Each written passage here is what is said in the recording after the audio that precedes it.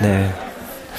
말씀 보시겠습니다. 사도행전 20장 24절 말씀 읽겠습니다. 내가 달려갈 길과 주 예수께 받은 사명 나의 생명조차 조금 더 귀한 것으로 여기지 아니하노라. 지난주에 이어서 내가 달려갈 길 두 번째 시간을 가지겠습니다. 지난주에는 내가 달려갈 길, 그 신앙의 길이라 했습니다. 내가 달려갈 신앙한 길의 첫 번째는 무슨 길이었죠? 믿음의 길이었습니다.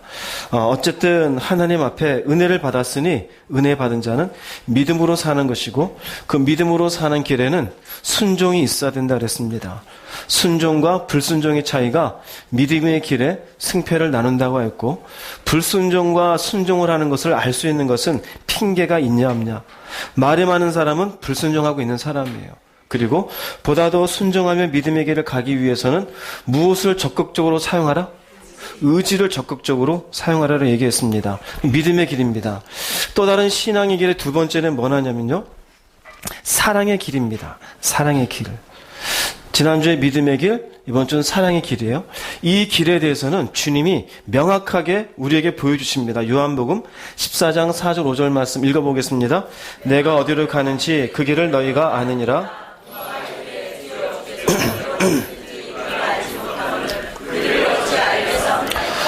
주님이 말씀하시는 길이 있습니다. 내가 어디로 가는지 그 길을 너희가 아느니라. 물론 제자들은 아직 모르지요.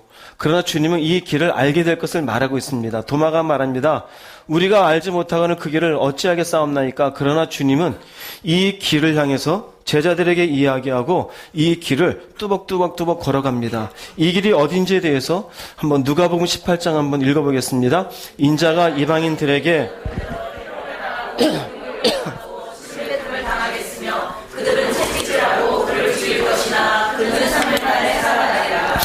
결국 주님이 가셨던 길은 이게 무엇을 의미하는 거죠? 십자가입니다. 십자가입니다. 십자가는 죽음의 자리죠. 근데 죽음을 향해서 가고 있는 예수님이 그 죽음을 향해서 뭐라고 말씀하셨느냐? 나는 이 길을 간다라고 얘기합니다. 이 십자가를 가는, 이 죽음을 향해 가는 주님의 마음속에는 무엇이 가득한 주님이실까요? 사랑입니다. 사랑이에요. 이해되세요? 무슨 말인지? 사랑의 길은 그래서 십자가의 길이에요. 이해되세요? 아버지 대신 누구를 사랑하는 마음? 하나님을 사랑하는 마음. 그리고 죄 가운데 신음하고 있는 누구를 향한 사랑? 예, 인류를 향한 사랑. 가까이는 예, 저를 향한 사랑. 그 사랑을 품고 가시는 길이에요. 그 가는 길에 희롱을 당하고 능욕을 당하고 침뱉음을 당해요. 채찍질을 당하고. 십자가의 길이에요. 즉, 제가 말씀드리는 이 사랑의 길이라는 것을 여러분 잘 이해할 수 있기를 바랍니다. 이 사랑의 길은 결국 십자가의 길이에요. 이 의미를 잘 새기고 우리는 이 길을 갈 수 있어야 돼요. 이해되세요? 무슨 말인지? 조금 더 이 십자가의 길이 뭔지 구체적으로 한번 볼게요. 십자가의 길은 먼저는 하나님을 사랑하는 마음이에요. 그 하나님을 사랑하는 마음 가운데 사랑하신 하나님이 뜻을 가지고 계셨어요. 어떤 뜻이냐? 이 인류를 위한 어린 양으로 네가 속죄 제물이 되어라. 그러나 아들 되신 예수님 마음속에 이 주님의 마음에는 십자가를 지고 싶은 마음이 있었습니까? 없었습니까? 있었지만 나중에 얘기하십니다. 나의 원대로 마옵시고 누구의 원대로? 아버지의 원대로예요. 그 아버지의 원대로 하는데 그 원대로 하는 것이 십자가 위에서 죽음이에요. 근데 왜 아버지의 뜻에 그대로 받아들이고 내 뜻을 이렇게 내려놨을까요? 사랑하니까요. 이해되세요? 무슨 말인지? 예를 들어 볼게요. 여러분들이 자녀를 사랑해요? 그 자녀의 학비를 벌어내기 위해서 여러분들이 수고하고 잠을 좀 덜 자고 하는 것 억울하다고 생각하는 분 계셔요? 그렇진 않아요. 내가 이렇게 해야 제 학비를 좀 대줄 수 있지. 수고를 마다하지 않아요. 왜요? 뭐 때문에 그래요? 사랑하니까요. 사랑하니까. 어제 결혼한 동석, 이제 뭐 집사님이죠? 예린 집사. 둘이 서로 사랑하고 서로 선물을 주고받을 때 제가 얘기했잖아요. 사랑하는 사람에게 비싼 선물을 주는데 아까워요? 안 아까워요? 그건 아깝지가 않아요. 예수님 그러셔요. 그런데 여기에 뭐가 있냐면요. 하나님의 사랑하는 마음으로 그분의 뜻을 받아들이고 내 뜻을 꺾었는데 어떻게 했느냐? 몸을 바쳤어요. 헌신이에요. 헌신. 중요합니다. 우리에게 무슨 의미가 있냐면요. 나는 주님을 사랑한다 그래요. 그럼 당연히 우리는 주님을 사랑하고 살아야 돼, 안 살아야 돼요? 대답이 작아지세요. 사랑해야 돼, 안 사랑해야 돼요? 그건 결국 뭐냐면 십자가의 길을 가는 거예요. 십자가의 길을 가는 것은 항상 무엇이 방해하는지 아십니까? 나의 뜻이 방해돼요. 어떤 뜻이냐? 이렇게 되면 난 어떻게 살라고? 편하게 말씀드리면. 이러면 나는 뭐가 되는데? 이러면 손해보는 거 아니야? 이러면 어떻게 하라고? 근데 여기에 뭐가 필요하냐? 그분의 뜻이 있으면 내가 뭘 하는 겁니까? 헌신하는 거예요. 그래서 우리가 예수를 믿은 다음에는 나를 위해 사는 것이 맞습니까? 주를 위해 사는 것이 맞습니까? 주를 위해 사는 것이 맞죠. 그 주를 위해 산다 그럴 때 가장 큰 장애물이 바로 이거예요, 이거. 내 뜻입니다, 내 뜻. 뜻은 다 알아요. 근데 뭐가 안 되냐? 헌신이 안 돼요. 그 사랑의 길을 가기로 여러분들이 올해 작정을 하는 건 십자가의 길인데 이 십자가의 길에 내가 주의 뜻을 위해서 헌신하는 삶으로 작정하라는 얘기입니다. 할렐루야. 내 뜻으로 하나님의 뜻을 거절하지 마시고 십자가의 길에 두 번째 주님이 인류를 향한 마음은 뭐냐면 불쌍히 여기는 마음이에요. 지난 송구영신 예배 때에도 새로운 피조물이 된 자의 살펴볼 수 있는 것은 사람을 향한 태도라 그랬어요. 사람을 어떻게 여겨야 된다? 왜? 주님이 우리를 긍휼히 여겼으니까요. 우리를 긍휼히 여겼어요. 긍휼히 여기시사 마침내 우리에게 가장 크게 베풀어 주신 것이 뭐냐면 돈이 아니에요. 땅이 아니고 우리를 참으시고 용서해 주신 거예요. 사랑에 대한 많은 카테고리를 얘기할 수가 있어요. 사랑은 주는 것이기도 하겠죠. 사랑은 또 여러 가지 온유함도 있겠죠. 근데 올해 1년간 여러분의 두 가지를 부탁합니다. 이게 가장 커요. 사랑은 참아주는 거예요. 사랑은 용서해 주는 거예요. 우리는 뭐가 안 되는지 아십니까? 우리에게 쉬운 건 사랑의 길과 십자가의 길이 아닌 데는 분노와 미움이 쉬워요. 그래서 갈라져요. 저 인간은 나랑 좀 달라. 인간은 원래 다 달라요. 아이하고 내가 낳은 아이도 나랑 생각이 같아야 달라요? 달라요. 사랑해서 만난 남편과 나랑도 생각이 달라요. 원래 달라요. 인간에 대한 태도는 불쌍히 여겨야 돼요.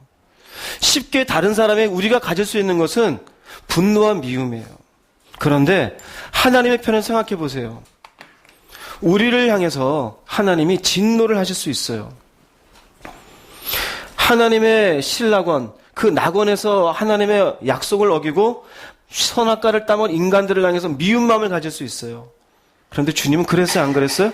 그러지 않았어요. 여러분, 신앙을 좀 더 하나님이 누군지 알아들어가면 제가 간혹 말씀드리는데 하나님의 은혜 중에 가장 큰 게 뭐냐면 참아주셨다는 사실이에요. 나 같은 인간을. 참 희한해요. 인간은 일정한 자기가 나이를 먹으면서 항상 자기는 옳다라고 여기고 괜찮다는 생각이 있어요. 그런데 신앙은 희한하죠. 시간이 가서 김치가 익듯이, 저는 잘 모르지만 김치가 익듯이 사람이 신앙이 익어가면 익어갈수록 더 깊이 와닿는 게 뭐냐면요, 참 내가 어리석은 사람이구나. 참 나이를 헛먹었구나. 내가 이렇게 좁은 인간이고 이렇게 교만한 인간이고 이것밖에 안 되는 인간인가. 그런데 돌이켜보면 그 곁에 서 계신 주님이 보여요. 그 어떤 마음이 드냐? 이것까지도 참으신 거예요? 이해되십니까? 네, 이해되신 분만 아멘 해보세요. 이분은 조금 오신 분이에요. 뭔 말인지 모르는 분은 껐뻑껐뻑 하셔요. 이것까지 참으신 겁니까? 이런 교만한 나를 여지껏 그래도 사랑한다고 붙잡아 주신 겁니까? 뭐 하신 겁니까? 참아주시고 용서해 주신 것이에요. 자, 그러면 이게 무슨 힘으로 용서했을까요? 사랑입니다, 사랑. 그럼 우리가 가져야 될 이 사랑의 길은 뭐냐면요, 십자가의 은혜가 먼저 내 마음에 품어져 있어야 돼요. 할렐루야. 그래서 그 사랑의 마음으로 하나님의 뜻 앞에 나를 헌신하는 자가 되십시오. 다른 사람들을 향해서 여러분도 참고 용서할 수 있는 사람이 되시기 바랍니다. 그래서 예수님이 십자가를 감당하신 힘이 뭐냐면요, 우승이 된다. 네. 십자가를 짊어진 힘은 사랑입니다. 사랑이에요. 근데 이 사랑은 우리가 흔히 얘기할 때 나도 사랑한다 그래요. 근데 우리가 헬라를 보면은 사랑에 대한 정리가 잘 돼 있어요. 에로틱은 남녀의 사랑이에요. 우리가 흔히 유행가 가사 보면 우린 죽고 못 살아요. 사랑하게 해주세요.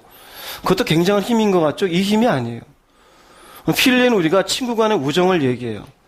어릴 때부터 불알 친구, 내가 너를 믿으니 같이 사업하자. 그게 굉장한 힘입니까? 스트로게 이거는 부모와 자식 간의 사랑이에요. 형제 간의 사랑. 이것도 큰 힘이죠. 부모가 자식을 사랑하는 것. 근데 유대인들은 거기 또 한 걸음 나갑니다. 이게 또 다른 사랑이 있대. 이게 아가페예요. 아가페. 여기서 말하는 사랑의 길을 제가 가자라, 이게 우리 신앙의 길이라는 것은 우리는 인간적으로 이 세 가지는 경험할 수 있어요. 남녀의 사랑도, 친구 간의 사랑도, 또 부모와 자식 간의 사랑도 경험할 수 있어요. 그런데 하나님 안에서 유일하게 인간 아닌 다른 존재로부터 얻을 수 있는 사랑은 유일하게 이 아가페입니다. 여기서 말하는 십자가의 길이라는 십자가는 뭐냐면요, 이 아가페 사랑을 경험할 수 있는 유일한 통로예요. 할렐루야. 제가 교회를 이렇게 보면은요, 교회를 실컷 다니는 십자가를 모르는 사람이 많아요. 이 세 개가 전부인 줄 알아요. 그래서 윤리적 사랑으로 누구 도와주자가 필요해요. 그냥 자기 자식에게 헌신하는 것, 이거 스트로크예요. 그냥 뭔가 여기서 윤리적으로 충성하고 봉사하는 것, 이 두 가지 포함돼요. 정말 중요한 건 뭐냐? 아가페인 줄 믿으시기 바랍니다. 주님이 십자가의 길을 가시면서 여기 보세요. 희롱당했어요. 능욕을 당했어요. 침뱉음을 당했어요. 채찍질 당했어요. 죽어요. 이걸 감당할 수 있는 인이 세 가지는 안 돼요. 그 성경 말씀에도 보면은 너희가 낳은 자식일지라도 부모가 배신할 수 있다는 그런 얘기가 나와요. 이사야 말씀 보면. 그러나 하나님은 나는 너희를 버리지 아니한다 그럽니다. 친구가 아무리 나를 위해서 우리 죽는 데까지 가자 그래도 그렇지 않아요. 에로틱은 이미, 여러분 이건 한계가 있는 걸 경험하신 분 많죠? 별도 달도 따준다고 결혼했잖아요. 근데 몇 년 안에 결정나요? 요거 새빨간 거짓말인 거? 아직까지 믿는 분 있습니까? 그 사람은 마치 제가 예전에 크리스마스 때 산타클로스 복장하라고 아르바이트를 한 적이 있어요. 애들한테 가서 그 알바를 하면은 엄마들이 얘가 뭐랬는지 적어줘요. 그러면 너 동생한테 왜 자꾸 큰 소리 치고 자꾸 싸워? 할아버지 죄송해요. 너 다음에 또 그러면 내년에 선물 안 줘. 다시는 안 그럴게요. 너 왜 남의 거 갖고 왜 자꾸 달라고 사달라고 엄마 때 많이 쓰지? 다시는 안 그럴게요. 그 애들은 산타클로스가 진짜인 줄 알아요. 무슨 말인지 이해되시겠습니까? 우리가 그래요. 우리가. 여러분 제대로 주님 앞에 갈 수 있기를 바랍니다. 이 십자가의 힘이 있을 때 비로소 우리가 할 수 있는 게 뭐냐면 이 가짜 사랑, 이것도 진짜겠지만 한계가 있잖아요. 한계가. 언제까지 우리 해주겠어요? 그런데 이 사랑의 힘이 있어야지만 이것이 단순히 교리적으로 헌신해라, 참아주어라, 용서해주어라, 이게 아니에요. 비로소 아가페 힘이 있을 때 무엇을 할 수 있냐면요, 내가 희롱당해도 견뎌요. 능욕을 당해도 참아요. 채찍질을 당하고 내가 죽는데 내가 마침내 참는 자가 되어져요. 여기에 중요한 게 뭔지 아십니까? 사랑의 길이죠. 십자가의 길을 오래 가는 여러분 되기를 주의 이름으로 축복합니다. 근데 여기에 붙어지는 말이 있어요. 따라서 하시기 바랍니다. 손해보는 사람 되자. 꼭 그렇게 되세요. 인간은 자기 이익을 위해서 살아요. 근데 여러분 예수 믿는 사람 손해보는 사람이에요. 또 따라서 하시기 바랍니다. 다른 사람의 유익을 위해서 살자. 할렐루야. 이게 십자가예요. 내 유익이 아니에요. 그런데 잘 보세요. 에로틱이든 필리이든 스트로크이든 이건 전부 다 내 유익이 관련돼 있어요. 내가 좋아하니까, 내 새끼니까 스트로크예요. 내 친구니까 필리예요. 그런데 아가페는 내 친구도 아니고 나랑 관계없는 오늘 만난 사람인데 내가 참는 거예요. 여러분 올 한 해 손해보는 사람이 되세요. 감정적으로 손해보세요. 물질적으로 손해보세요. 똑똑하지 못하다고 인간적인 비난을 받아도 무식한 인간으로 남으시기 바랍니다. 좀 표현이 죄송하지만 저 여자 병신 같아, 그 소리 듣고 나 병신이야 이러세요. 할렐루야. 교회 초창기에 저한테 그랬어요. 저 목사 이단이야. 저 그랬어요. 하나님, 저 이단 맞습니까? 하나님 아니래요. 그 다음 그랬어요. 맞아, 나 이단이라 해도 돼. 관계없어요. 하나님은 저보고 이단이 아니라는데. 우리가 왜 십자가 길을 못 가는지 아십니까? 힘들다 그래요. 손해보기 싫어서 그래요. 근데 자기는 사랑한대요. 어디만 머물러 있느냐? 사랑이란 용어에 머물러 있어요. 뭐가 없느냐? 아가페를 몰라요. 구체적으로 가면 십자가를 몰라요. 내가 어떻게 죄산 받았는지, 그분이 나를 구원하기 위해서 어떤 헌신을 하셨는지, 그분은 나를 위해서 얼마만큼은 참아주시고 용서해 주셨는지, 이거를 몰라요. 그런데 이것을 깨닫게 되어지면은 비로소 아가페를 알게 돼요. 그 사람은 십자가의 길을 가요. 십자가의 길을 가는데 이 사람은 자기 뜻을 꺾어요. 분노가 날 수 있는데 불쌍히 여겨요. 미워할 수 있는데 용서해 주어요. 할렐루야. 가까운 데부터 적용할 수 있기를 바랍니다. 가까운 데서부터. 가정에서부터 적용하시고 여러분의 살아가는 삶의 현장 일터에서부터 적용을 하십시오. 하나님의 뜻 앞에 내가 어떤 내 뜻을 꺾어야 되는 것인지, 내가 순간 분노가 일어나고 미움이 일어나는 순간에 과연 나는 이 십자가를 떠올리며 나를 절제시키는 내가 될 수 있는 것인지, 혹시 여러분 가운데 나한테 불가능하다는 사람이 있으면 그분에겐 제가 권면합니다. 당신은 예수 믿는 사람이 아닙니다. 교회 다닌 사람이지. 권면이라 그랬습니다. 마음에 상처받지 마세요. 다시 주님이 나를 위해 십자가 왜 짊어졌는지 심각하게 생각하십시오. 나를 위해서 죽으신 그 의미를 모르면 그 사람은 다른 수많은 성경에 기가 막힌 이론들을 알고 있어도 그 사람은 십자가 관계가 없는 사람이 되어져요. 주님이 정말로 헌신하셨고 우리를 위해서 참으셨던 내용들을 조금 볼게요. 빌립보서 2장 8절 말씀 읽어보겠습니다.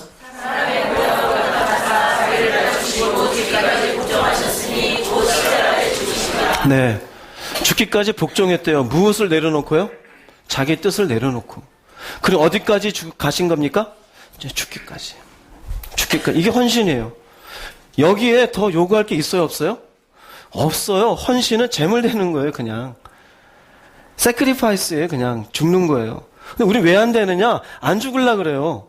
그래서 복종을 안 해요. 헌신하십시오. 손해보는 인생이 되십시오. 주의 뜻을 위해. 손해보기 싫잖아요. 십자가를 모르는 사람이니까요. 다른 사람의 유익을 위해 사는 자가 되시기 바랍니다. 이게 십자가의 길이에요. 이렇게 주님이 헌신하셔서 이런 주님의 헌신, 십자가의 길을 알고 있는 제자들이 남긴 말씀이 있는데 그 중에 이걸 명확하게 보여주는 말씀이 로마서 12장 1절이에요. 한번 읽어보겠습니다. 그러므로 형제들아,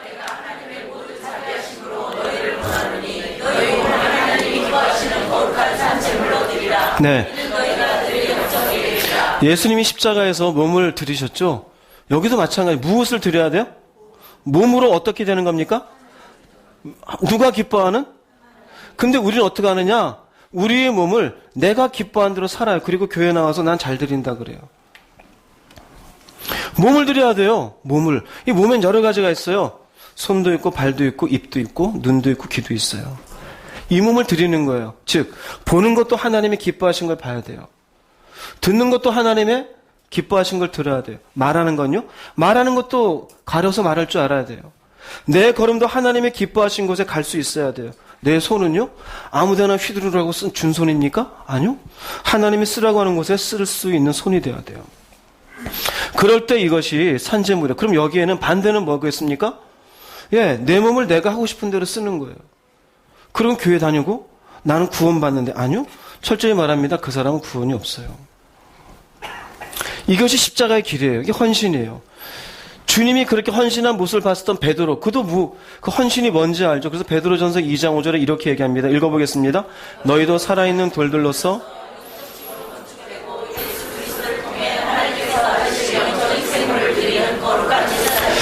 표현은 다르지만 이건 바울의 표현이에요. 이건 베드로의 표현이고 표현은 다르지만 예수님 때문에 우리가 건축됐다 이거예요. 그럼 우리도 어떻게 되느냐? 하나님께서 받으실 무슨 희생물을 드려요? 이게 뭘까요? 여기 나오는 우리 몸을 제물로 드리는 거예요. 여기 희생물이라고 뭐 특별한 걸 드리는 게 아니에요. 쉽게 말씀드리면 내가 바른 이 하나님 앞에 삶을 살아드리는 거예요. 그것이 우리가 사랑의 길이요? 십자가의 길이에요. 그렇게 되려면 내 뜻이 아니라 누구의 뜻이 중요해요? 하나님의 뜻. 그 뜻 앞에 나를 내어드리는 자가 되어지는 것, 이것이 십자가의 길입니다. 하나님을 사랑하는 마음으로, 그 다음에 인간들을 향한 태도에서 긍휼력 있는 마음으로 참고 용서하는 게 있었죠. 예수님은 참으셨는가? 히브리서 12장 2절 말씀 읽어보겠습니다. 믿음의 주요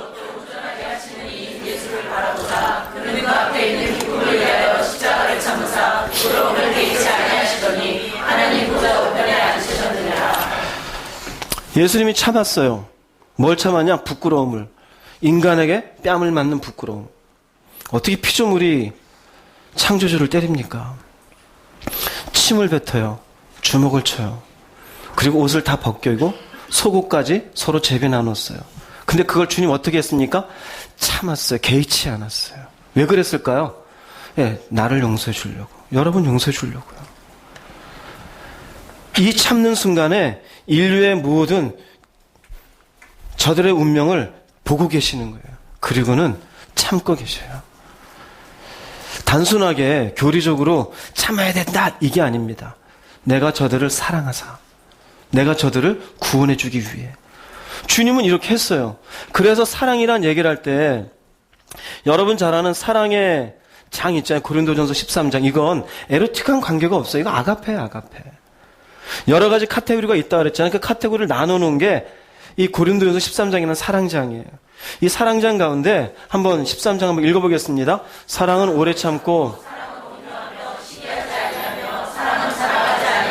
교만하지 아니하며 모든 것을 참으며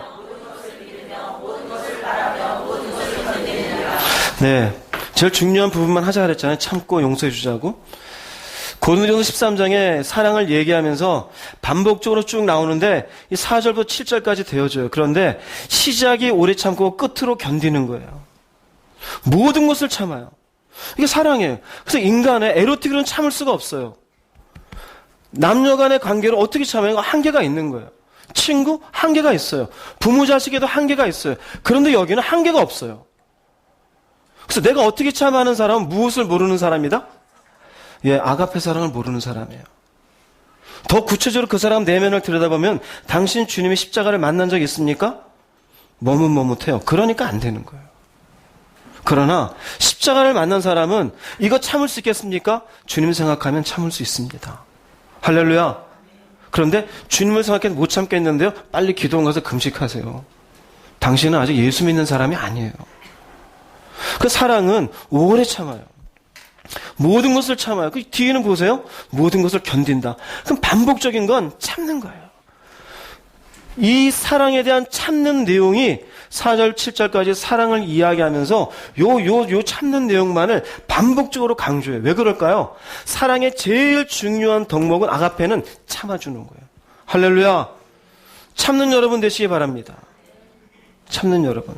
인간적으로 참는 게 아니라 올 한 해 동안 십자가를 생각하면서 어떤 내가 참지 못할 순간이 올 때 이 말씀을 기억하세요. 사랑은 오래 참는 거랬어. 모든 것을 견디는 거랬어. 참으십시오. 그 참음은 결국 예수님께서 참으신 그 참으심을 내 마음에 품고 참는 것입니다. 그럼 우리도 이 길을 가야 될까 안 가야 될까요? 이 길을 가야 돼. 이 길을 갈 때 이것이 십자가의 길이에요. 그럼 용서죠. 마태복음 6장 14절 15절 읽어보겠습니다. 너희가 사람의 잘못을 용서하면 너희 하늘 아버지께서도 너희 잘못을 용서하시려니와 너희가 사람의 잘못을 용서하지 않으면 너희 아버지께서도 너희 잘못을 용서하지 않으시리라. 무섭죠? 용서가 없으면 나도 너를 용서 못한대요. 왜 그럴까요? 자신의 독생자 예수를 보내면서까지 용서해주고 그리고 마침내 내 자녀 삼았는데 너는 네 옆에 있는 아내도 용서 못하고 옆에 있는 돈 얼마 떼먹은 그 인간 하나 용서 못하고 너한테 막말했다고 넌 그거 인간 용서하지 못하고 그럼 나도 용서 못해줘요. 우리끼리는 다 설명이 돼요. 근데 하나님 앞에는 뭐만 있느냐? 어떤 내용을 용서해줘야 되냐? 그건 없어요. 그냥 용서해. 자, 그럼 여기서 한번 물어볼게요. 그 사람을 용서해 주려고 그럴 때 그 사람이 나한테 잘못한 걸 용서해 주는 걸까요? 나한테 잘해준 거를 용서해 주는 걸까요? 그럼 사실적으로 저 사람 분명히 잘못한 게 맞아요, 안 맞아요? 맞아요. 그걸 따지라는 얘기가 아니에요. 그 사람 잘못한 게 맞아요. 근데 그걸 용서해 주는 거예요. 근데 우리는 뭐를 얘기하느냐? 이 사람이 이렇게 잘못된 이걸 어떻게를 얘기해요. 그런데 우리는 아가페의 사랑은 어떻게를 어디에 가져가는 겁니까? 하나님 앞에, 십자가 앞에요. 거기서 우리가 답할 수 없는 것, 어떻게 나를 용서해 줬습니까? 답이 안 나와요. 어떻게 나를 용서해, 내가 뭘 잘했는데요? 어떻게 답이 없어. 근데 우리는 어떻게 저런 사람을 용서해 줘요 그래요. 무게를 치자면 내 죄가 더 클까요? 저 사람 죄가 더 클까요? 내 죄가 더 커요. 내 죄가 더 커요. 그런데 우리는 어떻게를 따져요. 그래서 무엇을 용서해 줘야 되는지에 대해서는 전제가 없어요. 왜? 하나님은 일방적으로 무조건적으로 우리를 용서해 주셨기 때문에 우리도 그와 같은 용서의 사람이 되길 원하셔요. 이게 십자가의 길입니다. 누가복음 11장 4절 한번 읽어보겠습니다.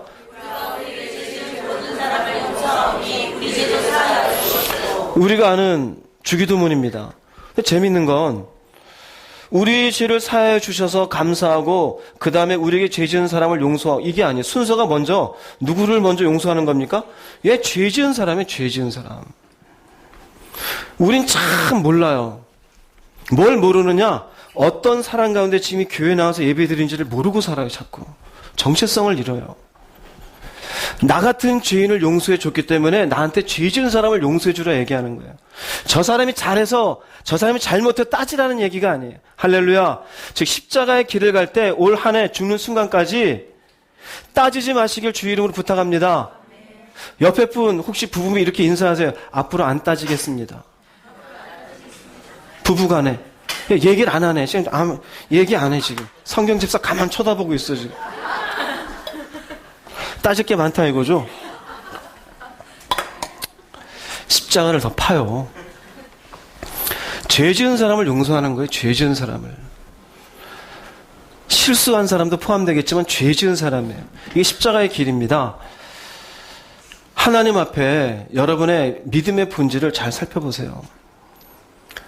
그냥 모양만 내고 교회 다니는 게 아니라 나는 어떤 길을 가야 되는가. 이 사랑이라는 게 단순히 사랑에 나한테 잘해주니까 이게 아니에요. 근본적인 내 속에서의 에너지는 뭐냐면은요. 주님이 지신 십자가가 에너지가 돼야 돼요. 여러분 윤리적인 것이 힘이 되지 않기 바랍니다. 도덕적인 것이 힘이 되지 않기를 바라요. 저기에서 나를 위해 죽으셨기 때문에 내가 헌신하겠습니다. 나를 이렇게 용서해 주셨기 때문에 나한테 죄 지은 사람 내가 용서하겠습니다. 내가 참겠습니다. 따지느라고 시간 보내지 마시고 손해보는 사람이 되기를 바랍니다. 할렐루야. 손해보세요. 내 유익을 아니라 다른 사람의 유익을 위해서 십자가의 길을 갈 수 있기를 바랍니다. 그러면 이 사람이 사랑의 길, 십자가의 길을 온전히 간다라고 볼 수가 있습니다. 그 다음 세 번째는 여기들 할 말은 많지만 제가 오늘 설교하고 몇 줄을 비우기 때문에 빨리 넘어갈게요. 세 번째 우리가 가야 될 길은 소망의 길입니다. 소망의 길. 자, 우리의 소망은 어디일까요? 남북통일입니까? 교회 안에서의 소망은 천국이죠. 마침내 글로 보던 주님을 우리가 만나 뵙는 그날. 이곳에 약속했던 그 새하늘, 새 땅을 눈으로 확인하는 그날. 그게 우리의 소망인 겁니다. 교회 다니면서 거기에 대한 소망은 없이 그저 이 땅에서 잘 먹고 잘 살고 편안했으면 좋겠다. 인간의 욕망이지만 거기에만 멈춰 있으면 그 사람은 교회 잘못 다니고 있는 사람인 거예요. 우리가 바라는 이 소망이 이루어지는 것은 둘 중에 하나입니다. 내가 죽어서 그분 앞에 서는 그날 소망이 이루어지는 것을 확인하겠죠. 아니면 내가 죽기 전에 누가 오셔요? 주님이 오셔요. 내가 죽기 전에 주님이 오시면 주님이 오심으로 말미암아 마침내 모든 약속들이 성취되는 것을 보게 되겠죠. 결국 우리는 내가 사는 동안 주님이 오시든지 죽어서 주님 앞에 가든지 우리가 가는 그곳에 대한 뭔가를 내가 깨어서 준비하고 가고 있어야 되는 거예요. 할렐루야. 이게 소망이에요. 그 소망의 길은 도대체 어떻게 해야 갈 수 있는 것이냐? 주님이 하신 말씀이 있어요. 마태복음 24장 41, 43절 읽어보겠습니다.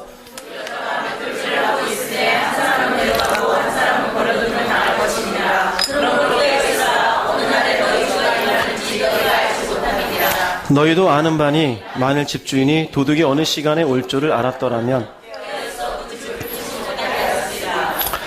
여기 말씀 보면은 맷돌질 하는데 한 사람 가고 한 사람 남아요.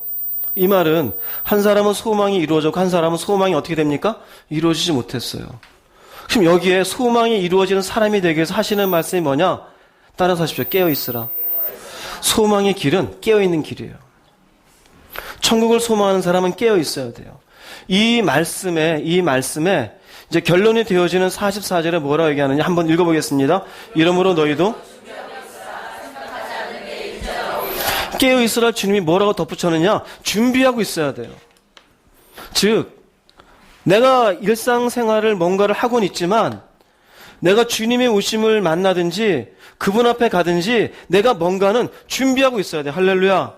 준비하는 게 없으면 이 사람은 소망의 길을 달려가는 사람이 아니에요. 잘 들으시기 바랍니다. 그러면 무엇을 준비해야 되는지 궁금하죠? 별로 많지 않네요. 오늘 마치고 그럼 3주 후에 할까요? 무엇을 준비해야 되는지 궁금하십니까? 네. 그렇게 하셔야 하죠. 하나는 등불을 켜고 서 있는 겁니다. 등불을 켜고. 누가복음 12장 35절 38절 읽어보겠습니다. 허리에 띠를 띠고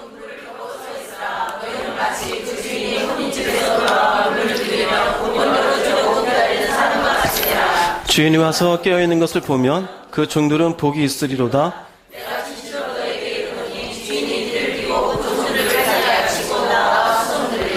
주인이 혹 2경에나 혹 3경에 이르러서도 종들이 그같이 하고 있는 것을 보면 그 종들은 복이 있으리로다. 여기 보면 등불을 켜고 서 있는 것이에요. 등불을. 이 등불을 켜고 서 있는 사람이 열어주려고 기다리는 사람이에요. 이 사람이 깨어있는 사람이에요. 자, 그런데 재밌는 것은 여기에 단서가 있어요. 허리에 무엇을 띱니까? 띠를 띠고요.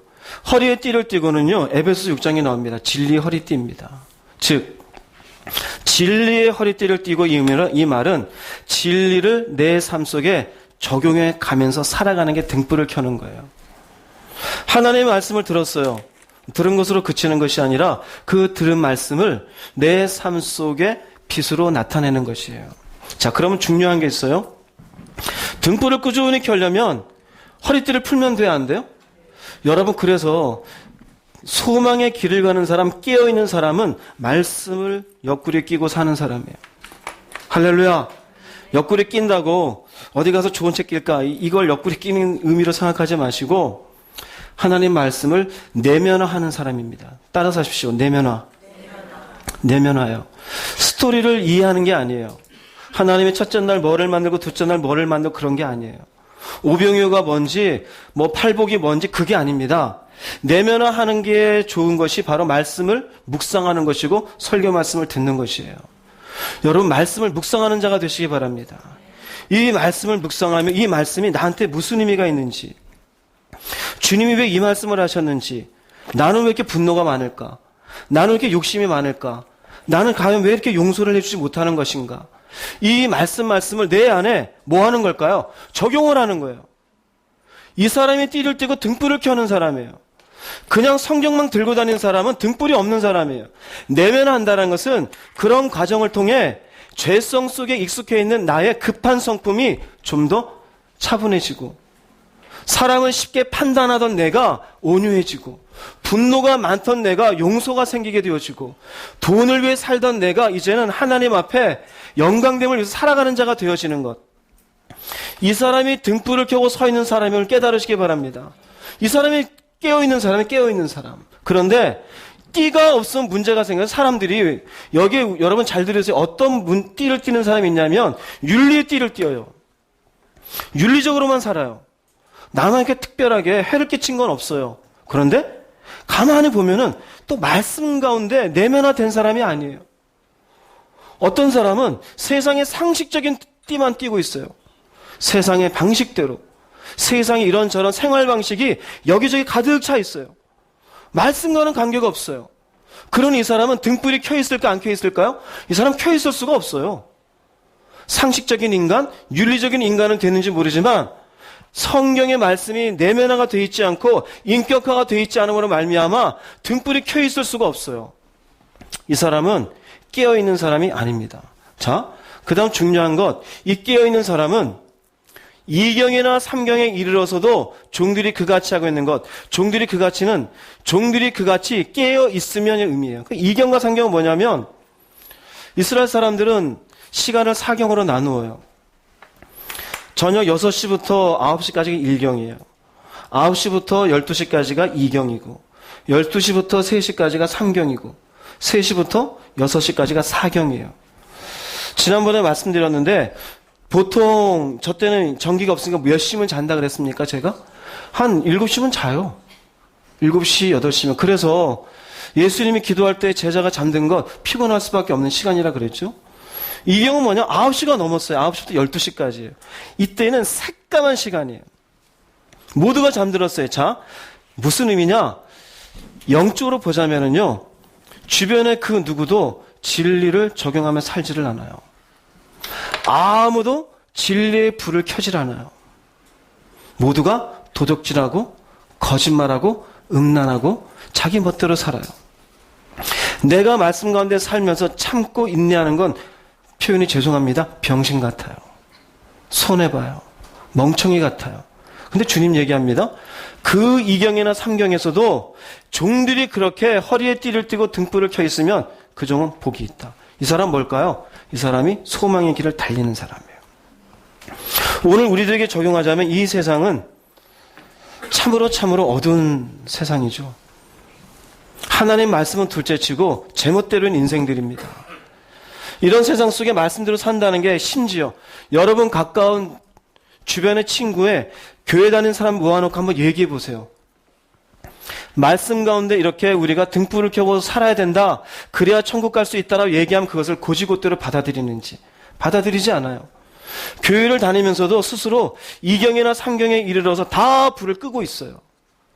말씀 묵상이요. 이 시대에 기독교인들의 문제가 뭔지 알아요? 말씀은 들고 있는데 말씀은 안 봐요. 말씀은 보긴 보는데 내용만 알아요. 내용만 알아 뭐합니까? 말씀의 그 내용이 내 영혼에 무슨 필요가 있는지를 봐야 돼요. 마태복음부터 계시록까지 다 안 봐도 돼요. 일주일 내내 한 절을 봐도 돼요. 한 절을 놓고 씨름하세요, 제발. 두 절을 놓고 씨름하시고 왜 바울이 이렇게 썼는지를 씨름하시고 예수님이 왜 이렇게 말씀하는지 씨름하세요.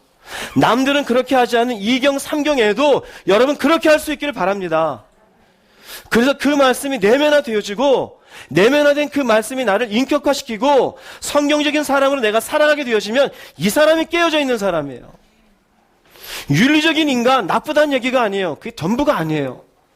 도덕적인 인간, 상식적인 인간 물론 필요합니다. 그러나 말씀이 내면화되어 등불을 켜고 있는 사람이 될 수 있어야 돼요. 비록 주변 사람은 다 불을 끄고 있어도 주님의 음성계 여러분들만큼은 종교적인 형식 속에 빠져있지 말기를 바랍니다. 날마다 여러분에게 등불이 되는 말씀을 찾으세요. 찾으세요. 이런 말씀이구나 이걸로 끝내지 마세요. 그걸 놓고 묵상을 하세요. 제발 좀. 봐야 될 거 아닙니까? 나한테 왜 이 말씀을 보게 했는지. 내용만 알아서 뭔 의미가 있습니까? 교회 다니면서 제가 답답한 게 뭐냐면 30년, 50년 다녔는데 내용만 알아요. 성경이 내재화되어 있지 않으니까 인격은 개떡이에요. 결정하는 게 제멋대로예요. 사는 방식이 그냥 상식적인 수준이에요. 근데 권사님이에요. 장로님이고 목사님이고. 제 동기 목사들한테 그럽니다. 너 그따구로 살면 차라리 목사 그만둬라. 저보다 어린 목사님한테. 와, 형 왜 그런 말해요? 지가 뭐 목사 돼서 똑바로 하는 게 뭐 있냐 도대체. 사람 죽이지 말고 그냥 목사 그만해. 저도 노력해요. 저도 애써요. 저도 말씀 안다고 생각하지 않아요. 여러분의 건강을 위해서는 어떻게 하든지 운동하잖아요. 근데 영적인 건강을 위해서 깨어있는 것은 말씀을 어떻게 하든지 허리에 띠를 띄어야 돼요. 여기 보면은 예수님도 띠를 띄어요. 그래요 안 그래요? 주인이 띠를 띄 이게 뭔지 아십니까? 진리의 잣대를 가지고 우리를 분별하시는 거예요. 아무나 그런 게 아니에요. 근데 우리는 감정에 속고 상식에 머물고 윤리에 머물고 세상 방식에 머물면서 교회만 왔다 갔다 해. 그건 뭐냐? 그 다음에 한번 볼게요. 이 사람들은 뭐와 같은지. 마태복음 25장 8절 13절 읽어보겠습니다. 미련한 자들이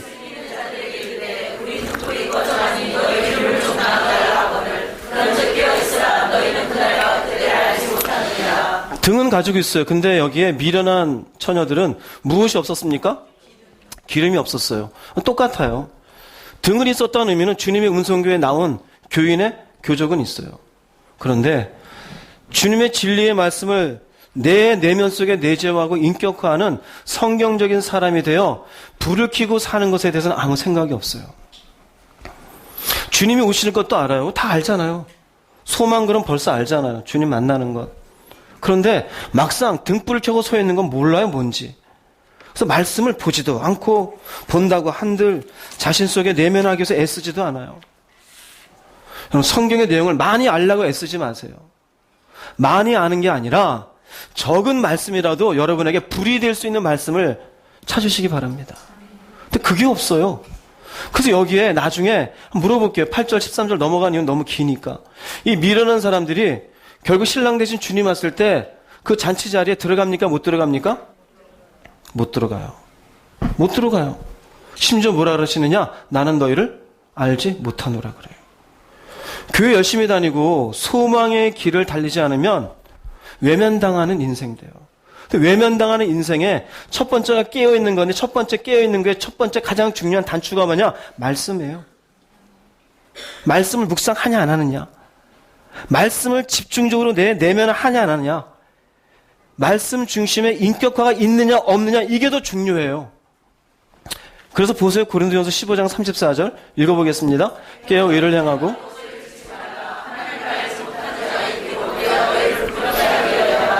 이 말을 고급스럽게 말해 놓은 게 의를 행하고 죄짓지 말라는 얘기예요. 의를 행하고 죄짓지 말라. 그건 깨어입니다. 내가 진리의 띠를 띠고 불을 밝혀야 되는 것, 이게 의를 행하는 거예요. 죄짓지 않는 것. 근데 우리는 깨어있지 못해요. 교회만 왔다 갔다 해요. 성경책의 내용은 알아요. 예수님 무리를 걸은 것, 삭개오 만난 것. 그럼 삭개오를 만나면서 삭개오는 어떤 마음이었는지, 나는 이런 마음이 있나 없나 봐야죠. 그 삭개오를 만나면서 어떤 변화가 있었는지, 왜 거지바디며가 예수님 만나게 됐는가 봐야죠. 오병이어 기적이다. 기적이 나랑 뭔 관계가 있겠어요? 그 오병이어 속에서 나한테 주시는 말씀이 뭔지 봐야 될 거 아니에요. 심령이 가난한 나는 가난한지 안 가난한지 봐야죠. 그게 내면하는 거예요. 그런 내면하기 위해서 내가 필요한 게 무엇이고 버려야 될 것은 무엇인가를 결정을 하면서 그것을 하나둘 내 마음에 챙기다 보면은 그 사람이 어느 순간 의롭게 행하게 되어져요. 죄하고는 거리가 있게 되어져요. 이 사람이 깨어있는 사람이. 할렐루야. 그럼 깨어있지 못한 사람은 뭘까요? 깨어있지 못한 사람은 등만 들고 있는 사람. 교회 나왔어요. 30년, 50년. 권사님 됐어요. 그럼 뭐합니까? 불은 하나도 없는데. 죄송하지만 그분은 하나님을 알지 못하는 자가 있어요. 지금이라도 여러분들이 주님 앞에 깨어서 등불을 켜 서 있기를 주의 이름으로 축복합니다. 올 한 해 1년간 말씀을 깊이 묵상하세요. 제발 묵상 좀 하세요. 왜 괜히 좋겠습니까? 여러분 속에 내면하기 위해서 애쓰시는 여러분 될 수 있기를 바랍니다. 그 다음에 우리가 깨어있는 두 번째는 기도하라입니다. 기도하라. 골로새서 4장 2절 말씀 읽어보겠습니다. 기도를 계속하고 에베소서 6장 18절도 읽어보겠습니다.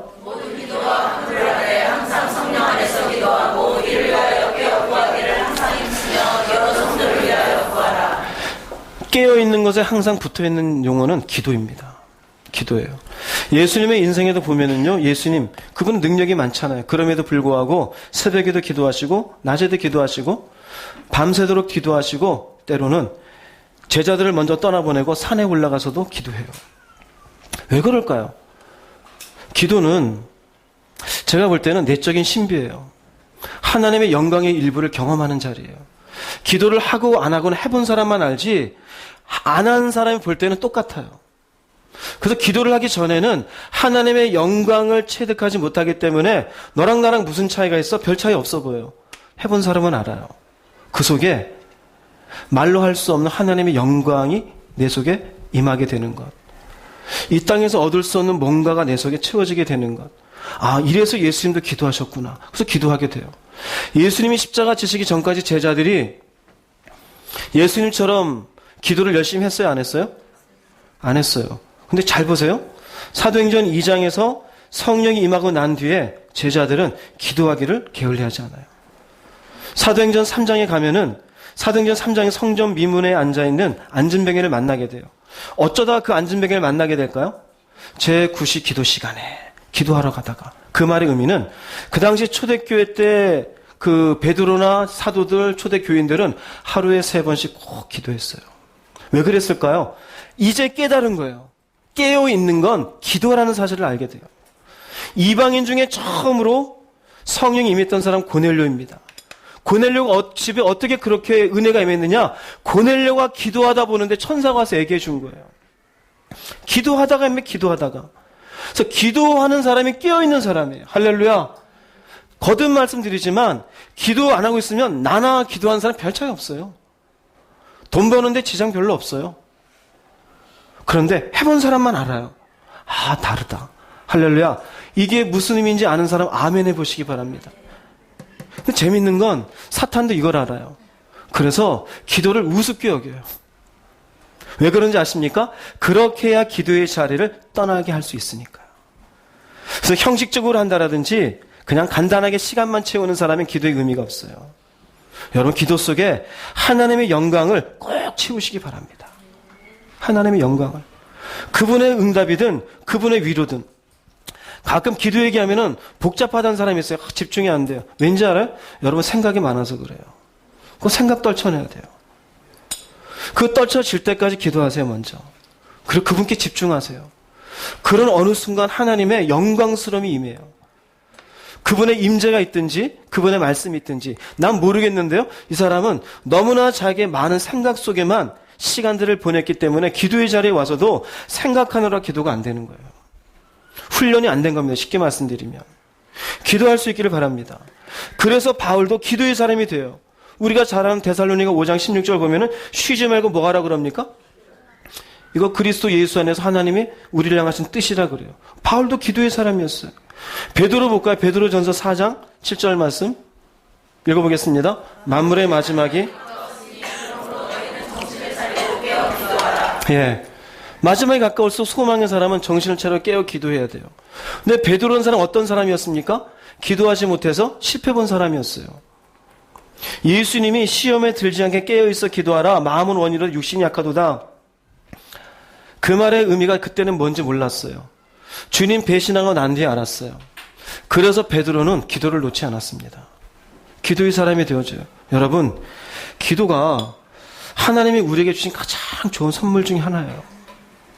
제발 기도를 이길 수 있기를 바랍니다. 제가 이긴다는 표현을 했는데 마귀는 끊임없이 어제 기도했는데 오늘 또 기도하기 싫게 만들어요. 저도 한평생 기도했어요. 그런데 어느 때는 싫어요. 아직도 통증이 있으니까 제가 기도라는 손을 어느 순간 이렇게 올리다 보면은 통증이 와요. 괜히 그런 거 생각하면 기도하다 하고 하기 싫어져요. 그런데 해요. 손을 멈추고 해요.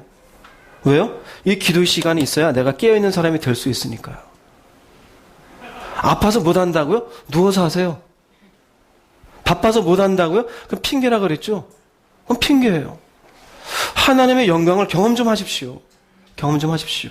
그래서 깨어있는 건 소망이 있습니까? 하늘나라에 갈 소망? 그건 딱 두 가지밖에 없어요. 누가 깨어있는 거냐? 진리 허리띠를 띠고 등불을 켜는 사람. 깨어서 기도하는 사람. 이거 말고는 없어요. 바꿔서 말하면 교회 열심히 나오는데 기도 안 하고 있죠? 자는 사람. 말씀은 옆구리에 끼고서 언제 받는지 모르죠? 자는 사람. 여러분, 연수를 자랑하지 마세요. 얼마나 많은 말씀을 알고 있는지 이거 자랑하지 마세요. 할렐루야. 그게 중요한 게 아니에요. 날마다 주변은 2경이 되고 3경이 되고 다 어둠 속에 잠자고 있을지라도 여러분들은 깨어있기를 바랍니다. 이 사람이 소망의 길을 열심히 달려가는 사람이에요. 세 번째로, 그럼 그 다음 자는 사람 볼게요. 자는 사람. 도대체 어떤 사람이 자는 사람이냐? 안 깨어있는 사람이죠. 마가복음 13장 한번 읽어보겠습니다. 그러므로 깨어있으라.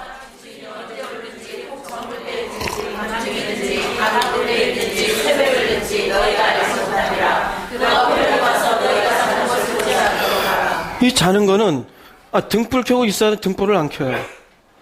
자기 감정대로 살고 돈 버는데 바쁘고 인생 사는데 바쁘고 에라 디야 교회만 가면 뭐 구원이 있겠지. 전 분명히 얘기합니다. 그 사람 구원 없습니다. 제 꿈은 우리 주님의 은성교에 있는 모든 분들이 다 천국에서 만났으면 좋겠어요. 그 저 소망이에요.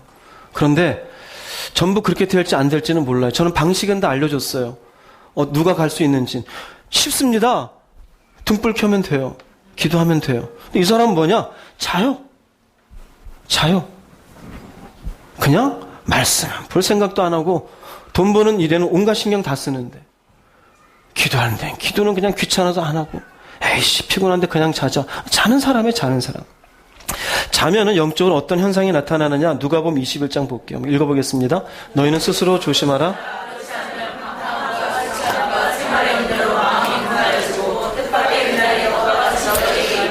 이 사람은 마음이 둔해져요.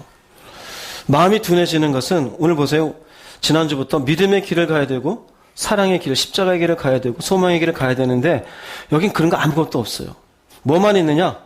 이 땅의 일들만 가득해요. 자기의 감정만 가득해요.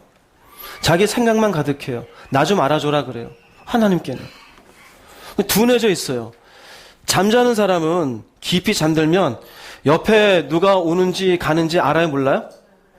마찬가지로 하나님이 뭐라고 말씀하시는지 내가 어떻게 살아야 되는지 몰라요. 말씀에 비추어서 내가 지금 내리는 결정이 옳은지 옳지 않은지를 몰라요. 지금 내가 감정에 의해서 하나님 앞에 거역하고 있는데 이게 옳은지 옳지 않은지 몰라요. 잠자는 사람이에요. 마음이 둔해져 있는 거예요. 둔하다는 말이 헬라어는 파키오라 그래요. 파키오는 살이 찌다입니다. 뭐가 살이 찐 걸까요? 여기 나온 겁니다. 이 땅의 일들로 살쪄 있어요. 그냥 피곤함, 내 몸에 뭐 아픔, 돈 버는 것, 생활의 염려, 방탕함, 술 취함, 뭐 우리 교회는 이런 사람 없겠죠. 다른 것들을 다 살쪄 있어요. 세상의 가치로.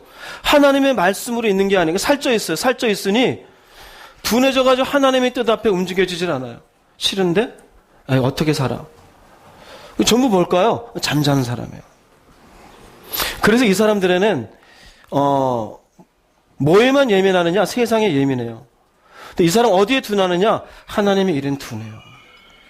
할렐루야. 요거 분별할 수 있어요. 그래서 같이 얘기를 남성기 여성기 오늘 당장 만나서 한번 얘기해 보세요. 이 사람이 세상 일에 예민한 사람인가? 하나님 일에 예민한 사람인가? 그 하나님 일에 예민한 사람? 이 사람 깨어있는 사람. 세상 일에만 예민한 사람? 이 사람 어떤 사람? 잠자는 사람. 할렐루야.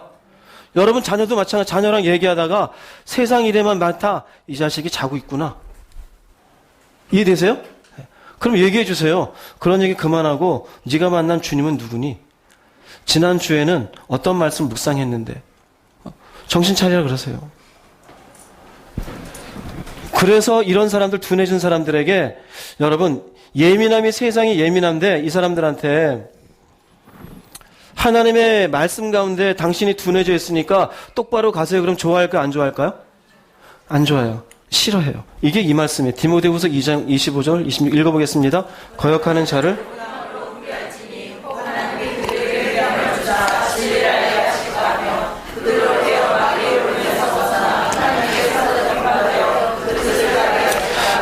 거역한 자는 뭐냐면요. 둔해져 있는 사람에게 너 둔해져 있어. 말씀 가운데 있지 못하고. 오늘 말씀으로 치면은 십자가를 당신 안 만난 것 같아. 당신은 왜 도대체 용서를 못해줘? 그게 십자가의 길인데? 하나님의 뜻 앞에 당신의 뜻을 내려놔야 되는 거 아닙니까? 근데 왜 자꾸 당신 하고 싶은 대로 합니까? 그 말을 좋아하질 않아요. 어떡하냐? 거역해요. 근데 사실 이 사람 뭐냐면은 이런 사람에게도 훈계해야 돼요? 안 해야 돼요? 하라는 거예요. 하라는 거예요. 왜요? 내버려 두는 게 아니에요. 훈계해서 이 사람이 진리, 바른 길이 뭔지를 알게 해주라 이거예요. 혹시나 나가지라도. 근데 이 사람이 이렇게 훈계해 주어도 거역하고 있는 이유는 뭐냐? 어디에 지금 있는 겁니까? 마귀의 올무에 묶여 있는 거예요. 여러분들이 소망의 길로 깨어있으라 들었잖아요. 말씀을 내가 진리의 띠로 띄고 불을 켜야 되는 것. 기도를 하면서 그래도 기도 가운데 하나님의 영광스러움을 담아야 되는 것. 근데 이것을 하지 못하게 하고 그것을 가볍게 여기는 건 어디에 묶여 있는 겁니까? 마귀의 올무에 묶여 있는 거예요. 그래서 이 올무에 묶여있는 사람에게 인간은 결국 교만할 수밖에 없어요. 그 교만해지는 인간에게 당신 잘못됐어요. 그럼 누구든지 싫어요. 누구든지. 근데 바울은 디모데에게 말합니다. 그런 사람에게 온유함으로 훈계하라. 저도 마찬가지예요. 훈계해요. 간혹 제가 온유하지 못했으면 용서해 주세요. 훈계해요. 왜요? 그 사람은 살아야 되니까. 근데 보세요. 깨어나는 건 뭐냐면은 진리를 아는 거예요. 그리고 어디에서 벗어나는 겁니까? 올무에서 벗어나요. 그리고 마침내 깨어난 사람은 어디로 따르게 하는 겁니까? 그 뜻을, 진리의 뜻을 따르게 해요. 즉, 드디어 불 밝히는 인생이 되는 거예요. 그런데 이렇게 훈계하고 돌아온 사람은 10명에서 한두 명이에요. 경험적으로 보면. 그럼 여러분들이 잠자기 이전에 어떻게 하는 게 좋을까요? 깨어있는 게 좋아요. 교회 한 40년 다닌 사람에게 권사님 왜 기도 안 하세요? 그러면 좋아할까요? 싫어할까요? 싫어해요. 왜 권사님 말씀을 이렇게 묵상 안 합니까? 뭐랬는지 아십니까? 니나 해라. 묵상한다 더 똑바른 인간 되는 것도 아니던데 뭐. 내가 40년간 많이 봤어. 그 사람 잠자는 사람이에요. 잠자는 사람. 제가 분명히 얘기했습니다. 잘 들으세요. 잠자는 사람이에요. 소망의 길은 깨어있는 길입니다. 여러분 죽는 순간 주님 만날 때까지 깨어있기를 바랍니다. 진리의 띠를 띠고 하나님 앞에 불이 꺼지지 않게 하십시오. 하나님 앞에 열심히 기도하며 그 기도를 통한 하나님의 영광스러움을 담을 수 있기를 바랍니다. 그것이 있을 때 비로소 우리가 하나님 앞에 서는 소망을 이루는 자가 되어져요. 데살로니가 전서 5장 6절 읽어보겠습니다. 그러므로 계시록 16장 읽어보겠습니다. 보라 내가 도둑같이 오리니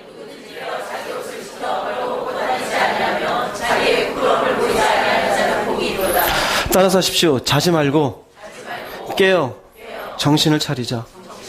정신 차리세요. 먹고 사는 거 바쁘죠? 갈등 해결하는 거 바쁘죠? 잠자고 먹는 거는 참 분주하게 움직이죠? 영적으로 보세요. 소망의 길을 달려가야 되잖아요. 깨어 있으십시오. 자지 말고 제발. 할렐루야. 제발 그러십시오. 여기 말씀 뭐냐면은요. 자기 옷을 지키라는 얘기는 예수님이 처음 우리를 만나 주셔서 은혜를 베푼 내용을 얘기해요. 처음 내가 예수를 만난 그 순간 얼마나 정결합니까? 회개하고. 근데 그 다음에는 벌거벗고 다니고 부끄러움을 보여요. 어떤 부끄러움이냐? 깨어있질 않아요. 여전히 의는 행하지 아니하고 죄 짓고 있고 자기 교만함대로 인생을 살려고 하고 사람을 자기 마음대로 잣대를 가지고 판단하고 십자가의 길을 가기는커녕 내 뜻대로 인생을 살려고 하고 자기의 감정에 충실하고 그 사람은 하나님이 입으라고 준 옷도 지키지 못하는 사람이 되는 것이에요. 누가 지키느냐? 여기 보세요. 깨어입니다. 깨어. 할렐루야. 깨어있는 사람이 지키는 거예요. 나 예수 믿었다. 근데 지금 자는 사람은 못 지키는 사람이에요. 여러분 교회 다니는 것으로만 여러분의 신앙을 증명한다고 착각하지 마시기 바랍니다. 내가 깨어 있어야 돼요. 깨어 있는 건 어려워요? 쉬워요? 어려워요? 쉬워요? 대단히 쉬운 걸 가르쳐 주셨잖아요. 여러분 집에 성경책 없는 분 손 들어보세요. 제가 사드릴게. 성경책 다 있죠? 그럼 어떻게 하면 됩니까? 눈만 가면 돼요. 눈만 가면. 그럼 눈을 어디에 둘까? 아무데나 펴세요. 아무데나 펴도 돼요? 아무데나 하나님 말씀이에요. 아무데나 펴요. 그 다음 뭐 하면 돼요? 읽으면 돼요. 몇 분이라도. 1분이라도. 보세요 제발. 그 생각하세요. 그 대신에 어떻게 하면 좋을까? 제가 지금 쓱 폈더니만 여호와의 산에 오를 자가 누구며 그의 거룩한 곳에 설 자가 누구인가? 그럼 생각하세요. 그게 누군지 내가 어떻게 알아? 넘어가지 마시고 그럼 나는 여호와의 산에 오를 준비가 됐는가? 나는 그 오를 만한 열심을 다하고 있는가? 혹시 내가 주님께 지적받는 것은 있는가? 주님 저도 오르기를 바랍니다. 그럼 기도하시는 거예요. 어려워요? 쉬워요? 쉬워요. 근데 여러분 왜 어려운지 아세요? 그게 영적 싸움에 그게. 그 사이 핑계가 많은 거예요. 그 다음 껴있는 기도예요. 기도는 뭐만 하면 됩니까? 입만 열면 돼요. 어려워요? 쉬워요? 하나님이 정말 쉬운 걸 준 거예요. 입만 열면 돼요. 입만. 성경에는 기도에 누워서 무릎 꿇고 엎드려서 아무것도 얘기하지 않아요. 입만 열면 돼요. 그런데 안 해요. 그게 영적 싸움이에요. 그게 영적 싸움이에요. 그래서 나중에 우리가 깨어서 주님이 주신 옷을 지키지 못할 때는 핑계할 게 없어요. 제가 애들 키우느라고, 제가 바빠서 돈 버느라고 이런저런 사람 때문에 핑계할 게 없어요. 전부 뭐 때문에 그러느냐? 자기가 하지 않은 것밖에 없어요. 여기도 보세요. 이렇게 깨어서 옷을 잘 지키고 부끄러움을 보이지 않는 사람은 복이 있도다. 이 사람은 소망을 이루겠죠. 그러나 자기 옷을 지키지 못하고 벌거벗고 다니고 부끄러움을 보인 사람은 결국 소망을 이룰까 이루지 못할까요? 이루지 못합니다. 여러분, 이 소망의 길을 죽는 순간까지 잘 달려갈 수 있기를 바라겠습니다. 결론을 내리겠습니다. 사도행전 20장 24절 읽어보겠습니다. 내가 달려갈 길과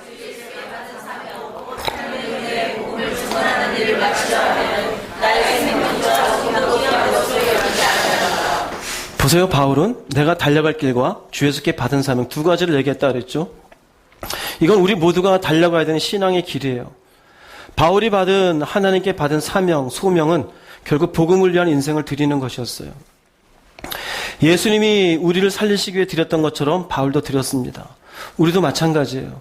우리의 달려간 신앙길 속에 때로는 하나님이 우리의 손해를 요구하실 때도 있습니다. 때로는 우리의 감정적인 참음을 요구하실 때도 있습니다. 여러분, 그 길을 걸어가십시오. 지난주와 이번 주에 이어서 계속 말씀드렸습니다. 내가 달려갈 길은 무엇인가? 믿음의 길을 잘 달려가세요. 순종하는 겁니다. 사랑의 길을 잘 달려가십시오. 그 길은 십자가의 길입니다. 소망의 길을 잘 달려가십시오. 깨어있는 겁니다. 여러분들은 어떤 길을 가고 있습니까? 돈 버는 길, 세상에서 얘기하는 행복한 길, 내 나름대로 생각한 인생의 어떤 걸음, 그게 정말 주님이 나를 위해서 십자가에서 피 흘리신 것의 대가에 해당하는 길이겠습니까? 2020년뿐만 아니라 주님 오시는 그날까지 바울처럼 우리가 달려갈 길을 포기하지 않고 다른 길로 어긋나지 아니하고 끝까지 완수하여 주님 만나는 성공자가 되기를 주님의 이름으로 축복합니다. 기도하시겠습니다. 말씀을 생각하시면서 다 함께 주님 한번 부르시고 통성으로 기도하겠습니다. 주여, 할렐루야.